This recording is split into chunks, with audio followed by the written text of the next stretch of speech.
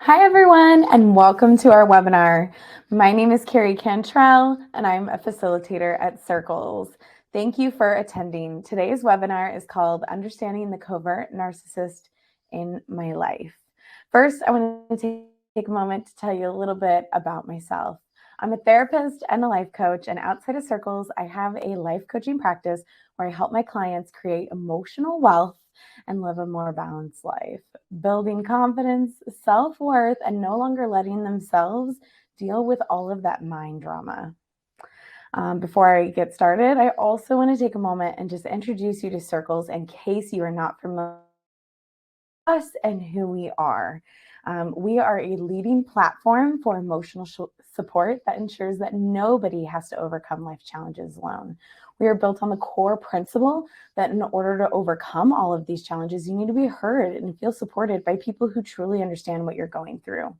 Our platform matches people who are going through these same challenges in life, such as loss of a loved one, divorce, narcissistic relationships, together so that they can share in that experiences. We put you in a circle, and every circle is led by a mental health professional.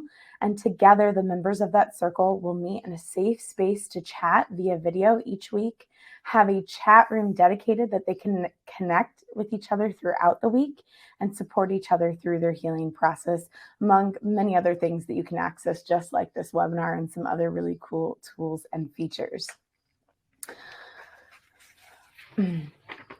So, because you're attending today's webinar, we have a great special offer for you, and I'll share it again at the end. So make sure that you go ahead and take advantage of a free month at Circles, a whole free month. It's great. A free month of support to access those video groups, the chat rooms, to see how it works for you in your life and really get that support to take a step in your healing journey. We are going to go ahead and get started today, but before we do, I'm going to mention just a few more logistical things. This is a webinar, meaning that there is one-way audio and video. So you can see me and you can hear me, but I can't see or hear you. And with that being said, I do want to hear from you, and I want to answer all of your questions that you have for me today. So you can submit them in the chat box on the screen so that I am ready and able to answer them as we move through today's presentation. I love hearing examples and stories, what you're thinking and feeling as we go through. So let's go ahead and get started. So today our presentation is Understanding the Covert Narcissist in My Life. So when we think about narcissistic personality disorder, we picture someone grandiose who typically puts themselves on a pedestal with displays of self-importance or maybe even arrogance. But today we are talking about the covert narcissist, and I'll dive a little bit deeper into what that really means. Sometimes we also call them a vulnerable narcissist or vulnerable narcissism. But the reason I wanted to really bring up this specific topic today is because it's a little harder spot. It's a little harder to see it happening in our lives. And I think it's worth us having a real conversation about what it might look like in all these different places and some really specific things that actually are good strategies if you feel like you have a covert narcissist in your life. And so we'll kind of round out the conversation a little bit later for that. But if you're watching this webinar today, I know that that means that you're here because you probably believe someone in your life has narcissistic tendencies, traits, characteristics. There's something kind of going off in your head saying, hey, I need some more information on this topic. And just so you know, we believe that at least 1% of the population is probably likely to have a diagnosis of narcissistic personality disorder. But realistically, it could be up to about 5% of the people in our population that have these traits or tendencies. It's just so hard to diagnose. And we know that being close with any sort of narcissist, whether they're a covert narcissist or one of the other subtypes, is really difficult. Identifying the strategies that work for creating a healthy relationship can sometimes be even harder. And I imagine that feels really emotionally exhausting at times. But don't worry, you're not alone. So we're going to continue today. We're going to dive into a few of those important topics that will help you feel supported in your personal growth, will enhance your knowledge, and create healthy and powerful relationships with the people in your life, and help you with this particular topic. So as I mentioned, there's a few things we're going to be covering today. We're going to explore the different narcissistic subtypes. We're going to primarily just kind of talk generally about them. But then we're really going to dive into the different characteristics that we can expect from someone who we think might be a covert narcissist, and that impact that they have on different kinds of relationships. So we'll touch on what that looks like in romantic relationships versus familial relationships. And you can kind of understand what that might look like even in friendships too, through some of that discussion. And we're going to round it out with discussing some of the strategies that you can use for navigating this specific kind of experience that you might be having.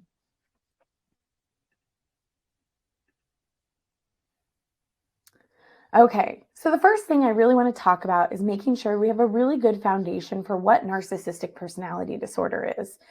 Narcissistic personality disorder is a diagnosable condition under the DSM-5, the Diagnostic and Statistical Manual of Mental Disorders. And so what that means is it's a personality disorder. We often say that personality disorders come about because of experiences that people have in life.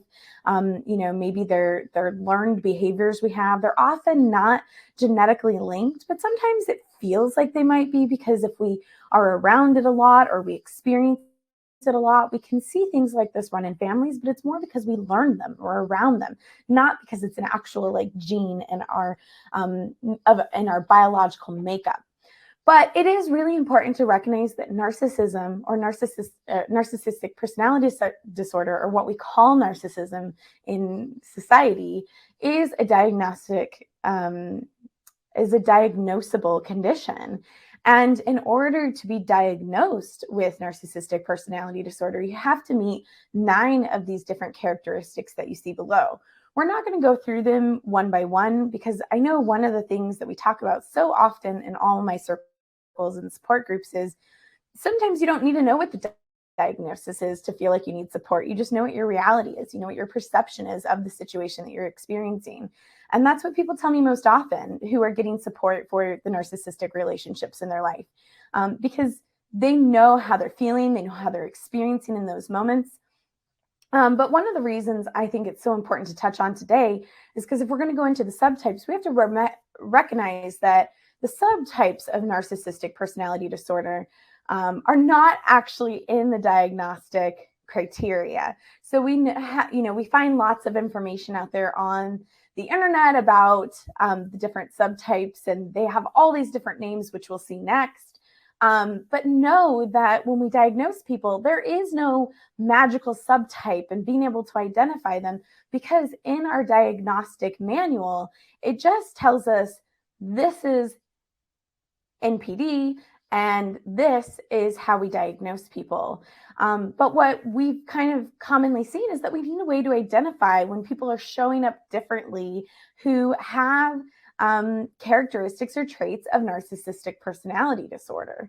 So it's really kind of interesting when you think about it that way. But in order to kind of classify people as having a subtype, which is what we're talking about today, we're talking about a subtype, which is a covert narcissist.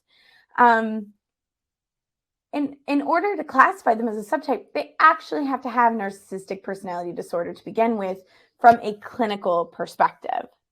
That doesn't mean that, if you're like, I think my husband is a narcissist, and, you're kind of like wondering in your head, it doesn't mean that you not having a diagnosis or him not saying, oh, I want treatment or something like that, doesn't invalidate your experience that you might be having.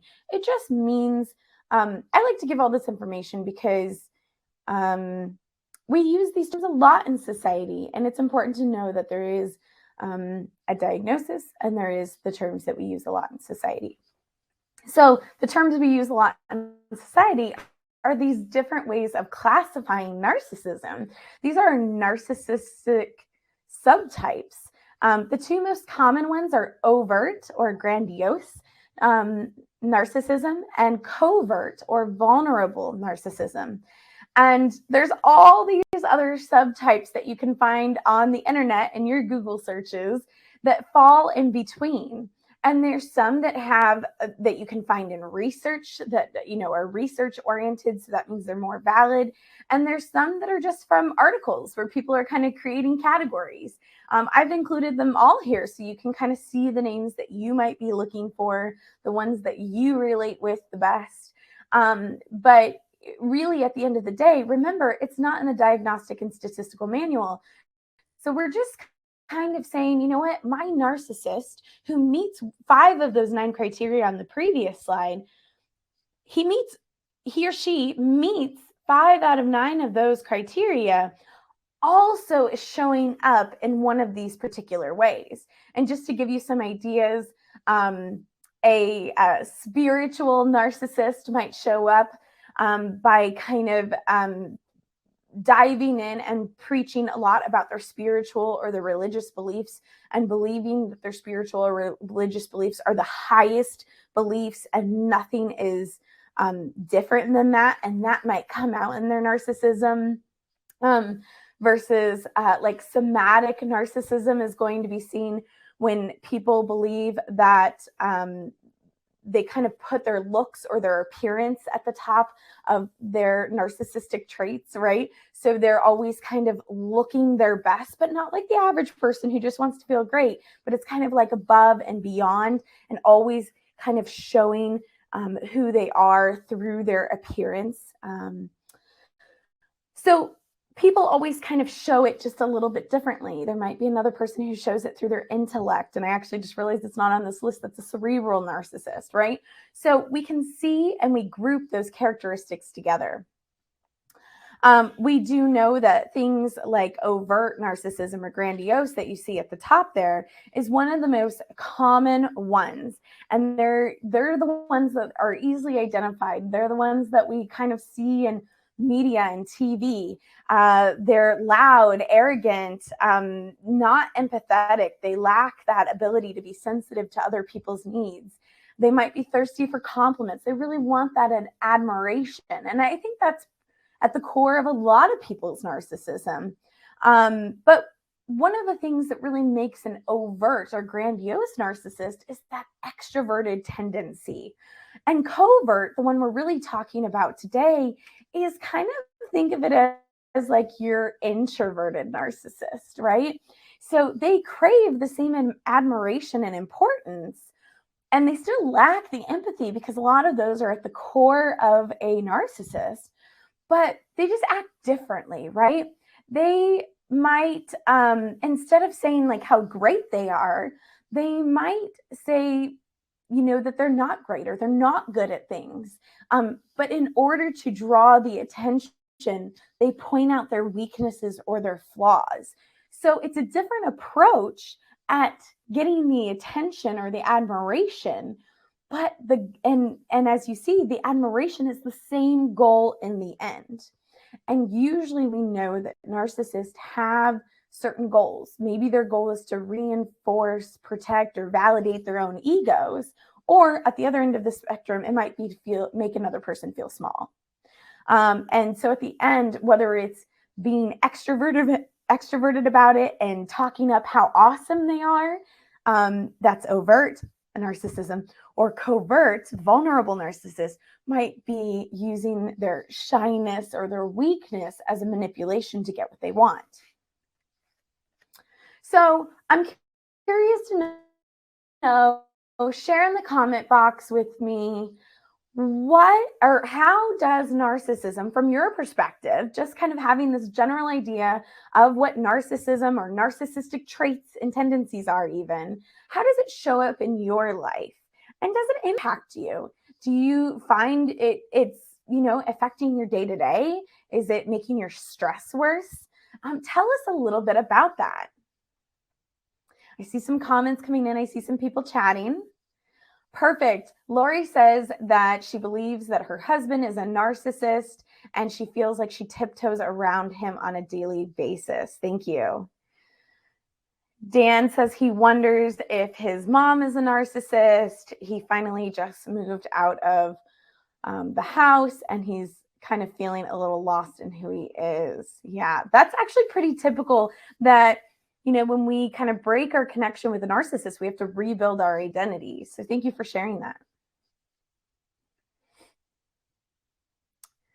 So some typical, I want to dive a little deeper in these next few slides into covert narcissism and what we typically see. So, like I said, overt, the opposite end of narcissistic tendencies are kind of what we typically think of, like what media and social media tells us and whatnot about being like loud and look at me, look at me. But covert narcissism has the same low self-esteem as an overt narcissist. Yes, they both have low self-esteem, but it's a little bit more maybe apparent in a covert narcissist because we see a lot of their insecurities or their low confidence come through, and they are sensitive to criticism. They can't take it the same way and let it bounce off because we find that covert narcissists are actually more considered a little bit to be more hypersensitive. They can be defensive and avoidant as well.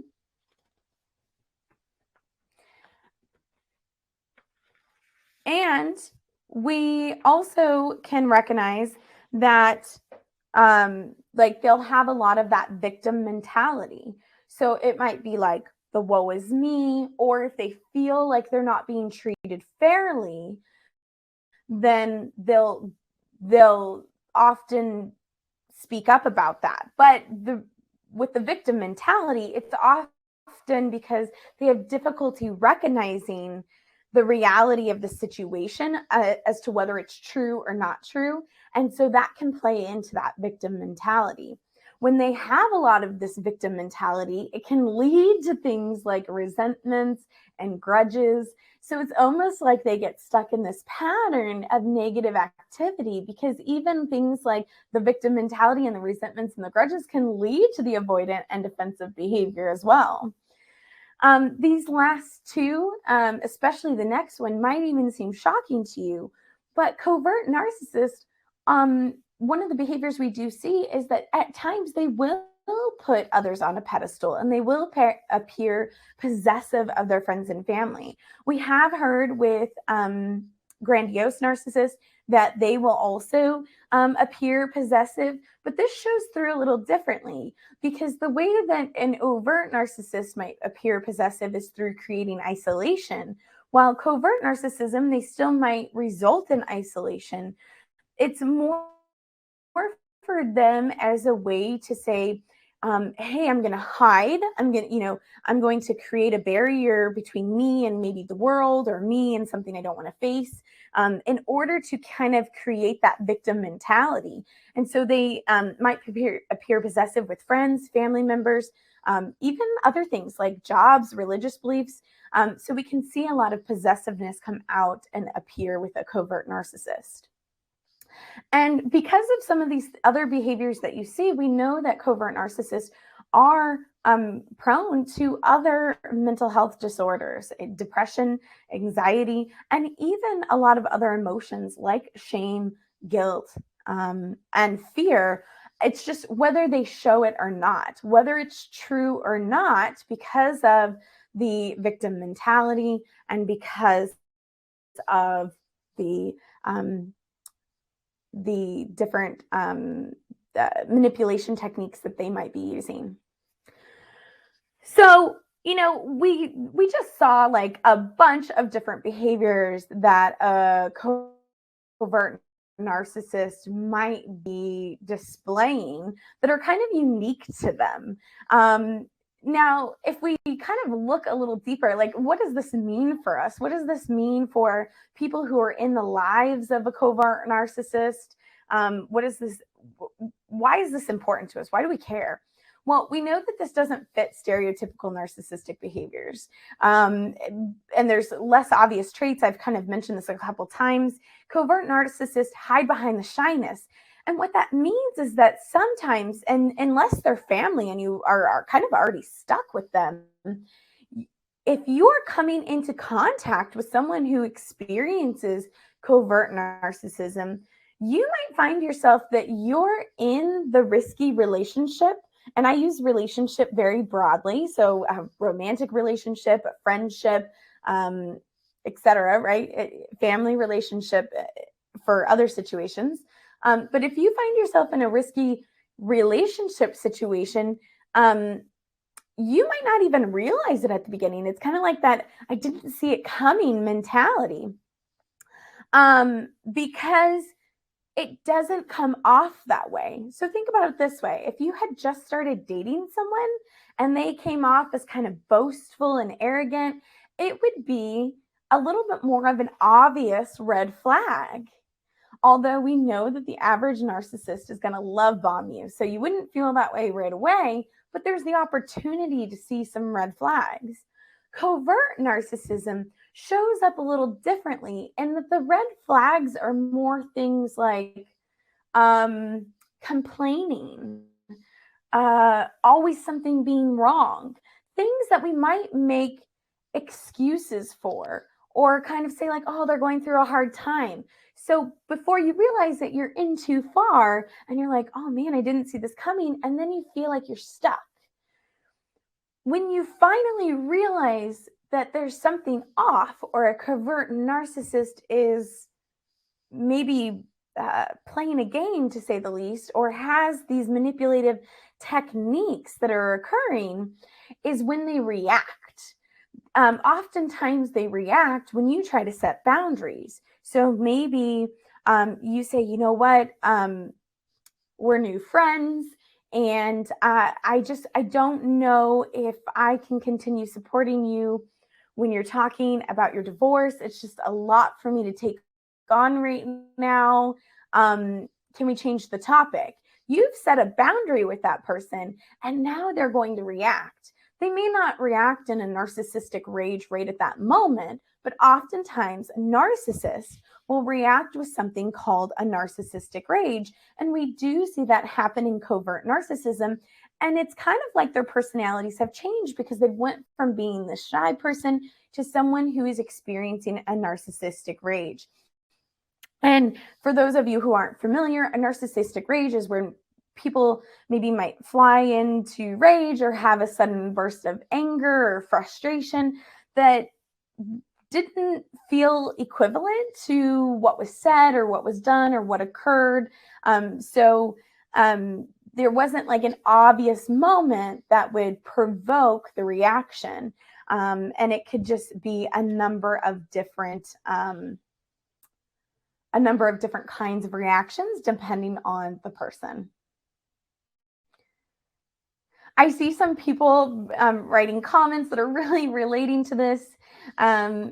Yes, so Tara says that she definitely is familiar with the narcissistic rage when she sets boundaries. Okay. Perfect. So in relationships, this shows up, and I'm specifically talking about romantic relationships here. We can expect a few things, right? We can expect someone who experiences covert narcissism to have high emotional needs. That could mean something like an emotional roller coaster where things are kind of going up and down. If we link it back to that hypersensitivity, it just means that they might react often to different things that an average person might be able to take in, process, and control. They can also, as I mentioned before, kind of have a little bit of possessiveness of their partners. But another characteristic that we also see is a difference in communication. So rather than saying what they want or they need, or even being aggressive, they actually communicate in a passive aggressive way, meaning that it comes out aggressive, but the actual words are passive. So they might be giving in to what you're asking or saying or doing. And one really interesting thing, and things that are really important to remember is that it's difficult for a covert narcissist to reach a level of satisfaction. So thinking about it this way, like in typical narcissistic traits, um, there's usually a belief that they believe something. They believe they deserve something like power, attention. Uh, it could even be something like forgiveness. Um, but on the flip side, they might think that they're not able to get it for some reason, so they're being denied. Um, but the other side of it is too, they do not want to work to get the goal or the end result. So it's kind of like, you know what, I deserve this, I should just get it. And so they don't necessarily want to work to get there. So it kind of leads into this game of, how do I reach the satisfaction that I need? And that can be really difficult when you put it into a relationship situation. Now, that might confuse you with my next statement. I do state here that the likelihood of long-term relationships is probably higher for a covert narcissist than an overt narcissist. But we know in general, long-term relationships with people who are experiencing narcissism is really difficult, because people who are experiencing narcissistic traits are likely to withdraw. Remember the characteristics on the behavior list? Defensive, avoidant. So if you try to set a boundary or you say what you need, remember, a boundary is just a rule or a guideline that says what your needs are, then they might react, and they might react by pushing people away or withdrawing from the situation. We even know that part of the narcissistic abuse cycle is to devalue people, and that kind of leads into that part of pushing people away or withdrawing. But some of the things that we know about covert narcissism specifically might actually lead to the fact that they could probably make it happen rather than an overt narcissist. For instance, like, they do want to feel valued, like deep down at their core, because of their shyness and their ability to kind of play that woe is me or victim mentality. They do want to feel valued. They're trying to create that for themselves. It might even be one of their end goals. And their desire to have people in their lives at their side and kind of keep them there. Like, that loyalty is really important to them. The likelihood of a long-term relationship is probably higher, and especially because their partner might not even realize that they're displaying narcissistic tendencies until they're already into the relationship. Keeping that in mind too. I see that Lulu says that she feels like this may have happened in the early steps of her relationship. Thank you for sharing that. So we know that narcissism happens in families too. If there is one narcissist, there's probably a partner, there's probably a brother, there's probably a sister, there's parents. Narcissism happens in families too. These first 3 bullet points are the same ones from the previous slide. So high emotional needs, can become possessive, communicate passive aggressively. These are all similar characteristics, and that's going to carry over to families, so, or friends even. But some of the really unique characteristics that we do see happen in families when there's a covert narcissist around is triangulation, where it's a manipulation tactic to create that loyalty that I was talking about. Remember, every narcissist is trying to gain something in their life that is important to them. So if they're trying to create, to gain an outcome, triangulation is going to be that tactic that they use, where, maybe they bring in a third person in order to keep things under control. Maybe they manipulate the communication tactics between different people. And that's why it's more likely to happen in families, because there's more people involved. And the narcissist becomes the manipulator to help control the conversation. And with covert narcissist, because of their shyness and their need to want to put the attention on themselves, this is a perfect tactic to use, because they can kind of do it with different people at different times and still create a triangulation situation and manipulation that works for them. Now, we do know that they're going to be more likely to hide behind family members as a means to damage others and to get what they need in other places. And that not only hide behind family members, but also belief systems, job, that can even kind of cross over with some of the things that we know about other subtypes of narcissism too.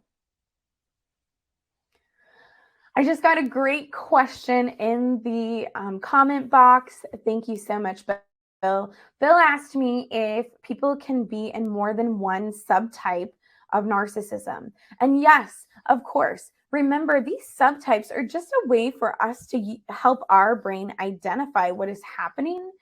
Since they're not a part of the official diagnosis, you can definitely say, and I think this is actually the perfect example, that, you might have a covert narcissist who actually is using their belief system as a way to kind of say, like, use their victim mentality, their woe is me story to create that dialogue and kind of say, like, and do it through the lens of their spiritual or religious beliefs.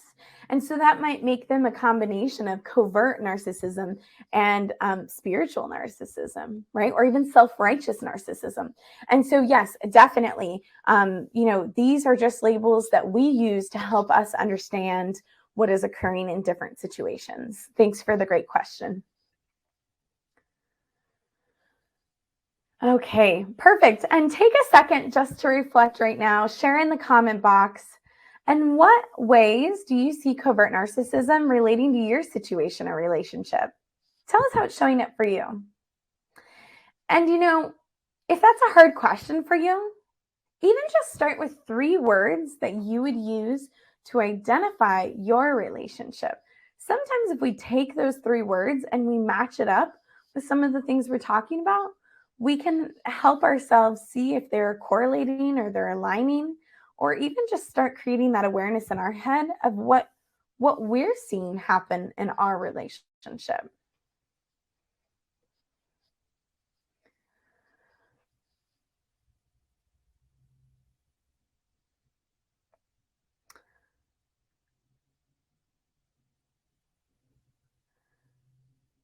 Okay, Ashley just shared 3 words. She said, caring, difficult, and okay, 2 words. Sorry. It's caring and difficult. Okay, perfect. Yeah, sometimes, especially with narcissistic relationships, you might find that all the words don't align or aren't the same, right? Because we know in the cycle of narcissistic relationships that that there's going to be highs and lows, right? That love bombing is going to happen, idealization, you're gonna have a really great period of time, and then it might be followed by a period that's not so wonderful. So thanks for sharing that. Tom says that covert narcissism shows up in his life, in his marriage.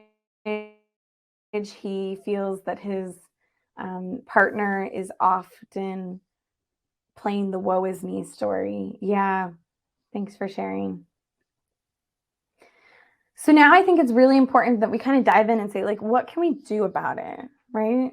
We're going to go through 3 kind of main areas that I think offer some really good tips and tricks for helping us. So how to navigate a relationship with a covert narcissist. And remember, relationship for me is really broad. Everything we have in life is a relationship. So train your brain. So there's 2 main things we can do: create awareness and be honest with yourself. When we create awareness, it's important to have a process for recognizing and processing your emotions. You'll see at the bottom, there's a tip for recognizing and processing your emotions. You can use a journal or a notebook.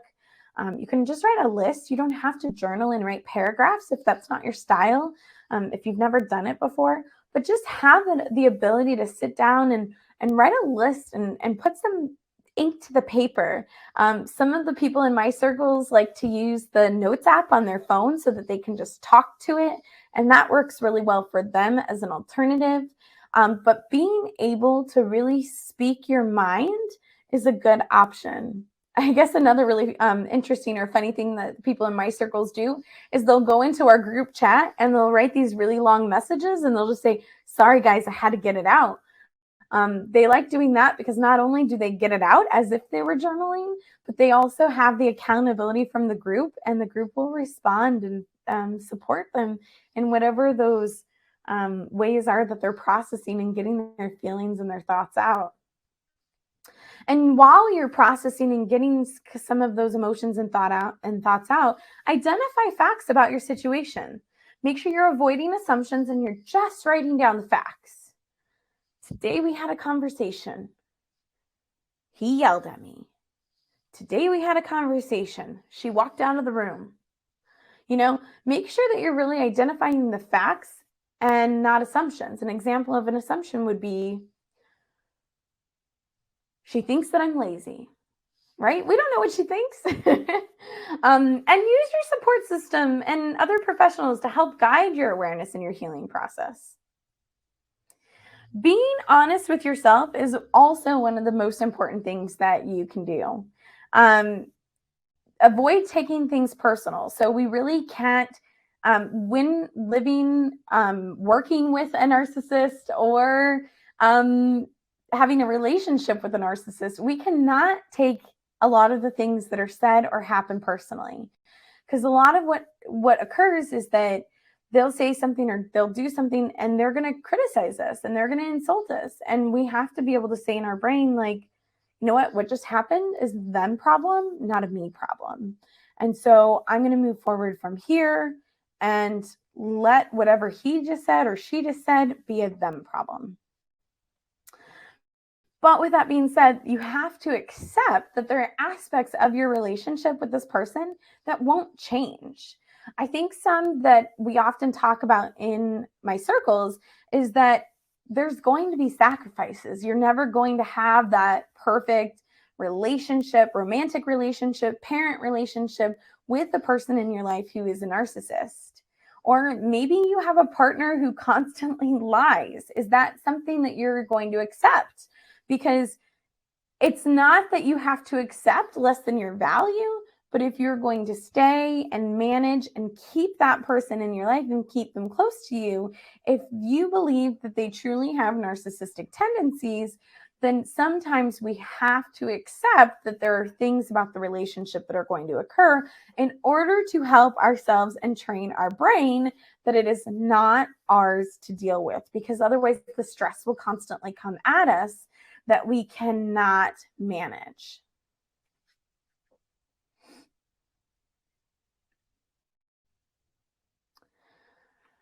Okay, the second thing is communication. So on this one, I did a little differently. I just wanted to think about some things that they would say, especially a covert narcissist. So they might say things like, nobody appreciates me. I do so much for everyone. And when it's my turn, everybody lets me down. I deserve a lot because I haven't gotten my share in the past. No one has suffered as much as I have. I could have been one of the great ones, but nobody ever had my back. Just sit with that for a second.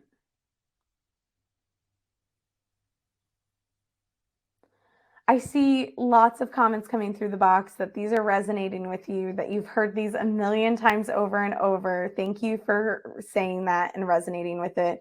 I'm sorry that you're experiencing that. I want to just say that out loud, because even though these are things that the covert narcissist says, our brain, going back to the previous slide, our brain takes parts of this on.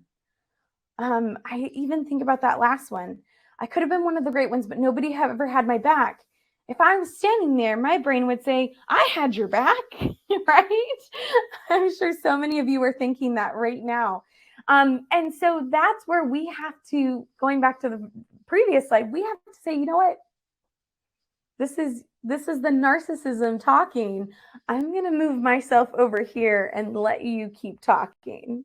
But we can also use our communication to help us respond, right? So anytime they say something, maybe it's not one of these sayings, but anytime they say something that kind of sparks something within you, just avoid explaining or defending yourself.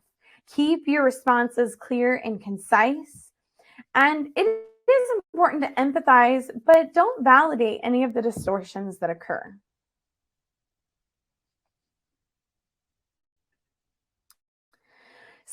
A technique that I like using, or I encourage my clients to use, is a technique called Dear Man.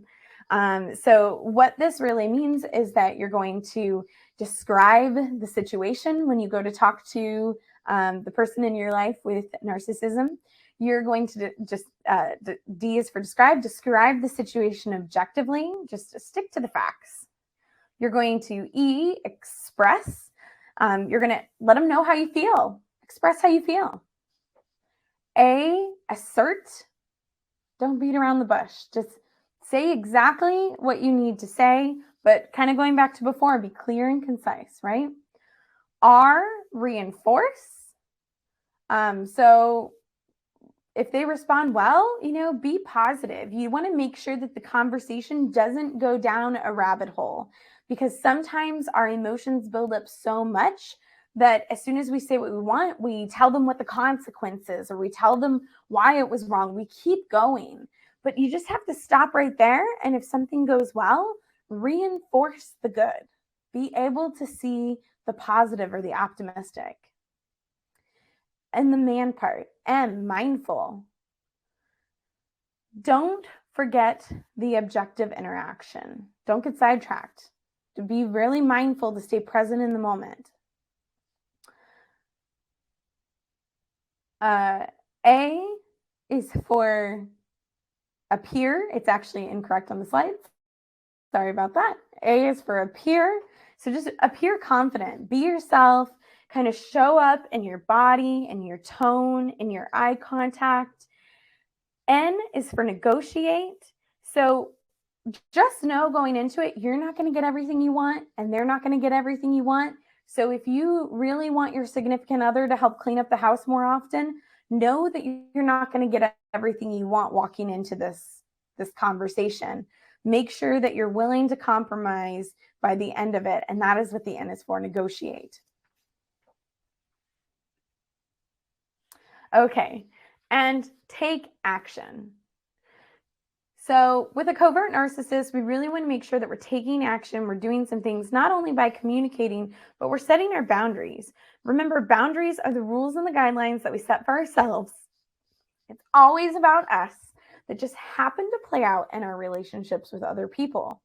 This means that they're reflecting our values. They're what we do and what we say every time we ask for something we need is reflecting our values and what's important to us. So when you set your boundaries, focus on saying yes and focus on saying no to things that you need and desire. And don't forget that aspect of compromise that I was just talking about in communication.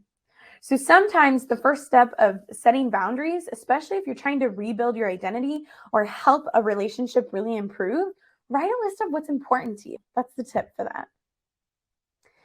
But also when we take action, we build up our inner strength when working with other people by creating a space that's just for you. Okay. So when you think about a covert narcissist, right, they're often gathering the attention they need, that admiration they need by acknowledging where a lot of the problems are in their life. By drawing in through that victim mentality, talking about a lot of those resentments or those grudges. And so what we need to do is we need to create a space for your brain and your body and your mind to heal. We need to build the confidence, build the self-worth, kind of give you a place that you can land that is only your own. So maybe that means practicing self-care or identifying some new hobbies and passions. Making time in your calendar that is just for you. I was in one of my circles today and we were talking about this, and they decided it was their action step for the week. Their action step for the week was to find time in their calendar but with a caveat, had to be something fun and enjoyable. So I love that, right? I love that finding time is so important and being able to really commit to it. And make sure that you surround yourself with people that reflect healthy characteristics too. Because if you're around someone who's constantly gathering attention, especially from the aspect of a covert narcissist, which might be kind of not always the most positive person, you need to make sure that you're finding a way to balance that out with the people who bring in the healthy characteristics and reflect the person that you want to be.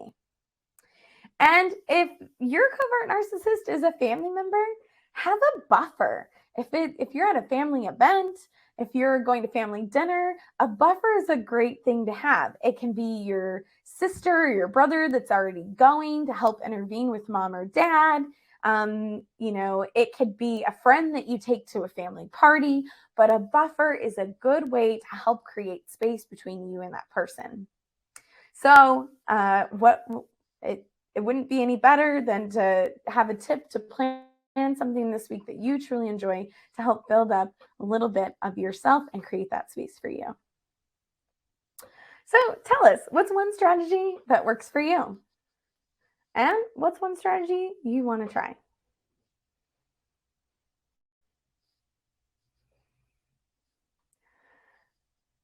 Perfect. Jolie says that she really enjoys creating some space for herself. She likes to hang out with her friends and go to lunch. Yeah, that's great. At least once a week. Love it. Okay. Lori says that one strategy she wants to try is setting boundaries. Loves the idea of making a list. Perfect. Joe says that he's going to try recording some of his thoughts on his phone. He never thought about it that way. Joe, there's so many people who aren't writers. I'm so glad you're open to the idea, like actual writers. I think there's a whole generation in there of people who don't like their handwriting. So definitely use your phone. There's actually a lot of cool journaling apps too. So definitely take a look at those. And I think just kind of some things to think about or remember, and these are kind of my general tips for people who are experiencing a narcissistic relationship in general. Trust yourself, recognize the feelings that you have, and know that they are true no matter the outcome. So trust yourself in the process. Check in with yourself. What are your feelings for this person if it's a romantic relationship?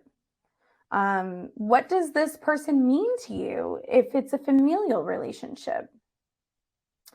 Do a little self-assessment. Are there any other factors that you need to consider about you and the relationship with this person?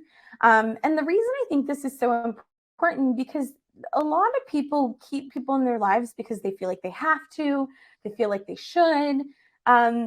Any intentional choice to let unhealthy people go from your life is considered a healthy decision. And any intentional choice to keep people in your life because they add and they benefit to your life, even if there are some flaws, is okay too, because it's an intentional choice to keep something around that is healthy for you. And you're working through it and you're growing and you're creating skills to do it. So check in with yourself and identify what that looks like. Reinforce positive behaviors. So I mentioned this a little bit earlier. Pay attention to how you are responding to all the events in the relationship. Make sure that you are taking advantage of those little moments to reinforce positive behaviors. Practice self-care and mindfulness, which we already kind of touched on, and create realistic expectations for yourself. I think another good one that I didn't mention earlier as far as realistic expectations is making sure that you know what empathy is going to look like in that relationship. Are you going to get everything you need? And I always like to say, we can improve our behavior, but we can't change personalities. So when you think and you do that check-in with yourself, keep that in mind. Like, we can improve behaviors. We have skills and we have tools, and we can be motivated for personal growth. But changing people's personality is a whole nother task. So I included this quote here. When someone loves you, the way they talk about you is different. You feel safe and comfortable. I always like to find a quote that resonates with me, but I think the reason I included a quote today is more to inspire you. I want you to feel inspired to go out there and find something, whether it's a quote, a song, a book, even another person, like a friend.